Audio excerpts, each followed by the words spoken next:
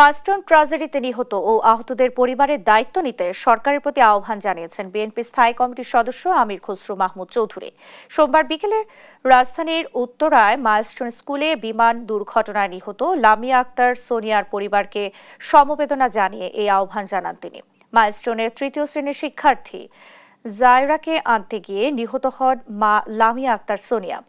আমির খসরু বলেন, বিএনপির ভারপ্রাপ্ত চেয়ারম্যান তারেক রহমানের নির্দেশনায় মাইলস্টোন ট্র্যাজেডিতে নিহত ও আহতদের পরিবারের পাশে সাধ্যমতো পাশে থাকবে বিএনপি। আমাদেরকে এদের আগামী দিনে তাদের পরিবারের, বিশেষ করে তাদের পরিবারের প্রতি যে দায়িত্ব সরকারের, সেটা তাদেরকে করতে হবে। তার বাইরে আমরা যারা আছি রাজনৈতিক দল হিসেবে রাজনীতিতে আছি, যার যার অবস্থান থেকে পরিবারগুলোর পাশে দাঁড়াতে হবে আমাদের সকলকে একসাথে। এটা আমাদের সকলের সমস্যা, এটা কোনো পরিবারের নয়।